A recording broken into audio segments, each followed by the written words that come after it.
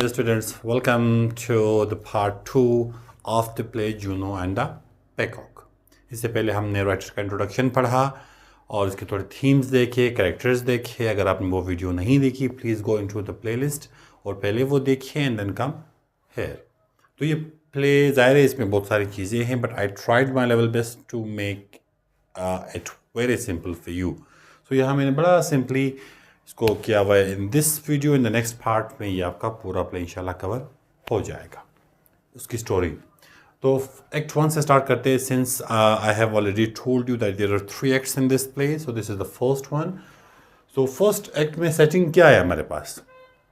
The act 1 takes place in Boyle's family, that is poor living room. उनका कोई कमरा होता है और ये बॉयल जो ख़ानदान है इसका, और the room is shabby and reflects extreme poverty.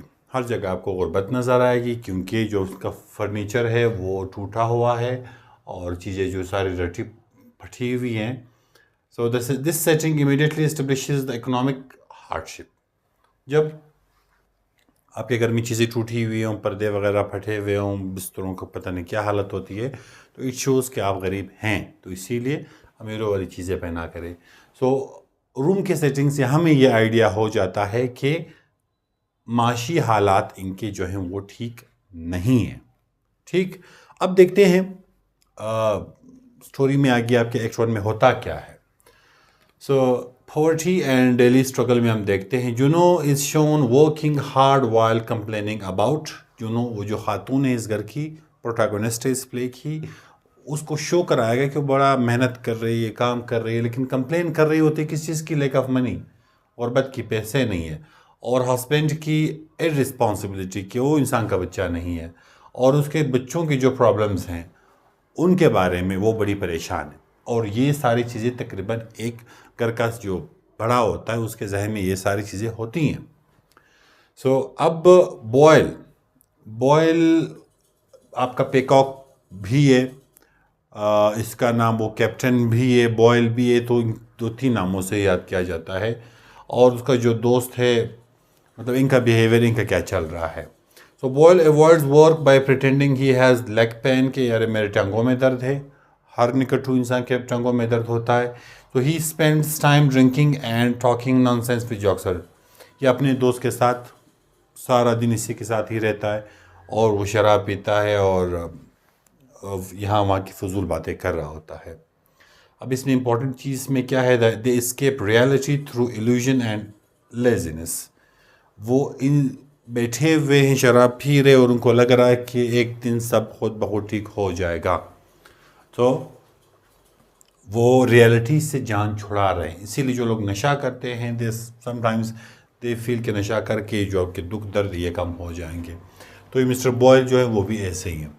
अब उनकी एक बेटी जो है, इसके बारे में मैंने आपको बताया था, मैरी, वो हड़ताल पे है. इसके बारे में हमने और भी पढ़ा हुआ था कि एजुकेटेड है, थोड़ी सी होशियार भी शायद है, लेकिन सिलेक्शन इसकी बड़ी रॉन्ग होती है, गलत होती है. अब वो स्ट्राइक पे है क्योंकि शी सपोर्ट्स वर्कर्स राइट्स. अब कोई फैक्ट्री में शायद काम कर रही है, वहाँ पे वर्कर्स को शायद राइट्स प्रॉपर नहीं मिल रहे, तो इन्होंने क्या किया हुआ, she refuses to work under unfair conditions.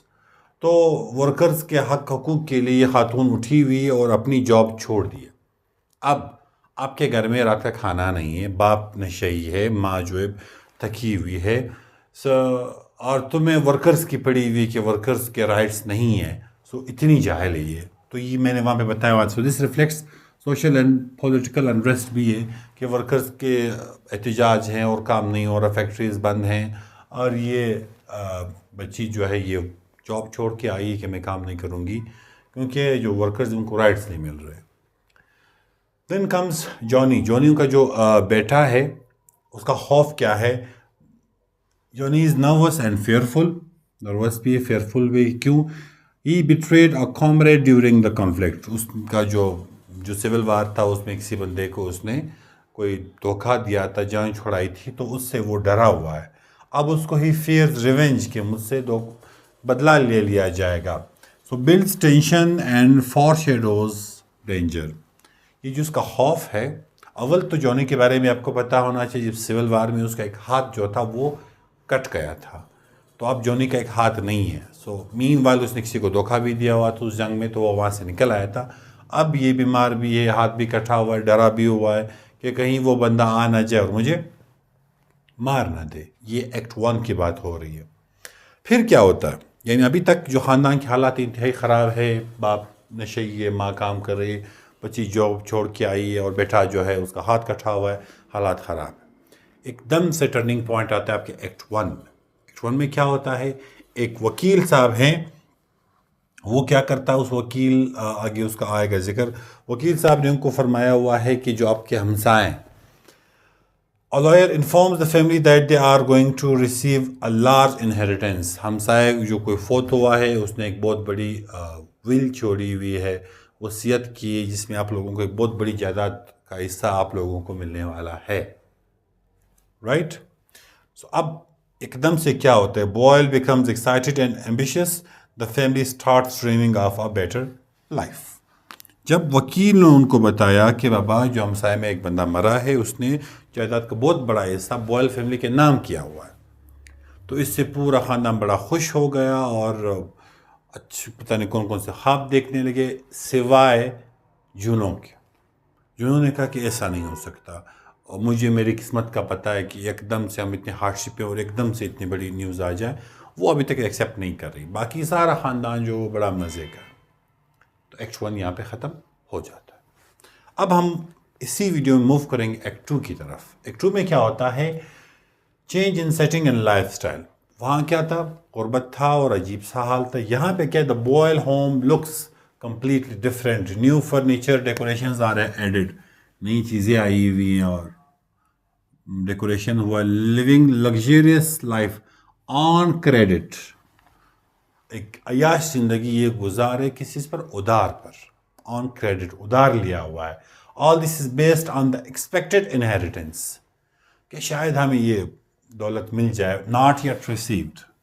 اب انہوں نے کیا ہے کہ جب ان کو پتہ چلا, وکیل صاحب نے فرمایا کہ آپ کو وہاں جائیداد ملی, تو انہوں نے بغیر یہ جانے کتنی جائیداد ہے, ملی نہیں ملی, واٹ ڈڈ دے ڈو, انہوں نے ادھار یہاں وہاں سے لے کر اپنے گھر میں جو ہے فرنیچر لگوایا, اس کو بڑا چینج کیا, اور عیاشوں والی زندگی گزار رہے ہیں. Not yet received. اب Captain Boyle's behaviour, Captain Boyle وہی ان کا والد صاحب. Boyle becomes even more lazy and boastful, اور سست ہو جاتا ہے اور نخرے میں آ جاتا ہے. Spends money freely, acting like a rich man, and continues drinking and enjoying life with doctor daily. اپنے دوست کے ساتھ اور نشے اور ان ساری چیزوں میں جو ہے وہ لگ گیا اور سکون سے بیٹھ گیا. اب یہ کیا شو کرا رہا ہے, فالس پرائڈ اینڈ ارریسپانسبلٹی. اب جب پیسہ آیا, انسٹیڈ آف, ابھی تک تو آیا نہیں, اگر آتا ہے تو انسٹیڈ آف دس کہ آپ اس کو اٹھا کے کسی کاروبار میں لگا دو, آپ نے اس کو خرچ کرنا شروع کر دیا, اور آپ کی ارریسپانسبلٹیز مزید آپ نے بڑھا دی. اب جنوں کا جو کنسرن ہے, she is still worried and practical. Start میں بھی اس نے کہا کہ یہ نہیں ہو سکتا, ابھی بھی وہ پریشان ہے. She wants the family not to depend on the money they don't have. بتاتی ہے کہ یار یہ خرچ نہیں کرو کیونکہ پیسے ابھی تک آئے نہیں ہیں. She represents the reality versus the family illusion. Reality جو حقیقت ہے, اور فیملی کا جو ایلیوژن ہے, جو فیملی کو لگ رہا ہے کہ اس طرح سے ہوگا. سو یہ کیا کرتی ہے, وہ ریئلٹی شو کر رہی ہے. تو مطلب جنوں ابھی تک ایزی نہیں ہے. اب میری کا کیا ہے, Mary grows closer to the Charles Bentham. Charles Bentham کون ہے, یہ وکیل ہے جو یہ نیوز لے کے آیا ہے کہ بابا اس طرح سے آپ کو جائیداد ملے گی. تو تھوڑا سا کلوز ہونا میری شروع ہو گئی. Bentham is the man handling the inheritance matter. He appears educated and respectable. بڑا اچھا لگ رہا ہے, سوٹڈ بوٹڈ ہے, اور اب ظاہر ہے ینگ ہے, ایجوکیٹڈ ہے, رسپیکٹیبل دکھ رہا ہے. تو میری فالز ان لو ود ہم, میرے کو اسے محبت ہو جاتی ہے. اور یہاں پہ اس ویڈیو میں اسٹاپ کروں گا, اور اب میں لکھوں گا, اسی پارٹ سے ہم کنٹینیو کریں گے ایکٹ 2 سے, اور ایکٹ 3 پہ ہم اینڈ کریں گے. سو اس والی ویڈیو میں اتنا ہی. Thank you so much.